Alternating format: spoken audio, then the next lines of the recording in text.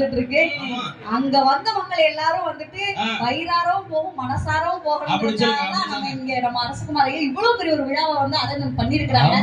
அப்படி ஒரு விழால இவ்வளவு சந்தோஷமா வந்து உட்கார்ந்துட்டு கும்மி பாட்டுக்கு கும்மி அடிக்காம இருந்தா எப்படி? எல்லாம் சாப்பிட்ட அந்த ஒரு மயக்கமா, மயக்கெல்லாம் வரக்கூடாது. தெளிய வைக்கணும். அரிசுவை விருந்து பார்த்து பார்த்து, அதாவது எங்க அரிசி நல்லா இருக்கும், எங்க காய்கறி தோட்டத்து காய்கறி நல்லா இருக்கு அப்படிங்கறதெல்லாம் தேடி தேடி நம்ம மக்களுக்கு அப்படி ஒரு விருந்தை கொடுக்கணுங்கிறதுக்காகவே அவங்க தேடி தேடி அப்படிலாம் ஏற்பாடு செஞ்சிருக்காங்க. அதனால எல்லாரும் நல்லா ரசிச்சு மனசார சாப்பிட்டு இருக்காங்க. தப்பு இல்ல, சாப்பிட்டது இப்ப செரிக்கிற மாதிரி ஒரு கும்மி மட்டும் அடிச்சிடலாம்.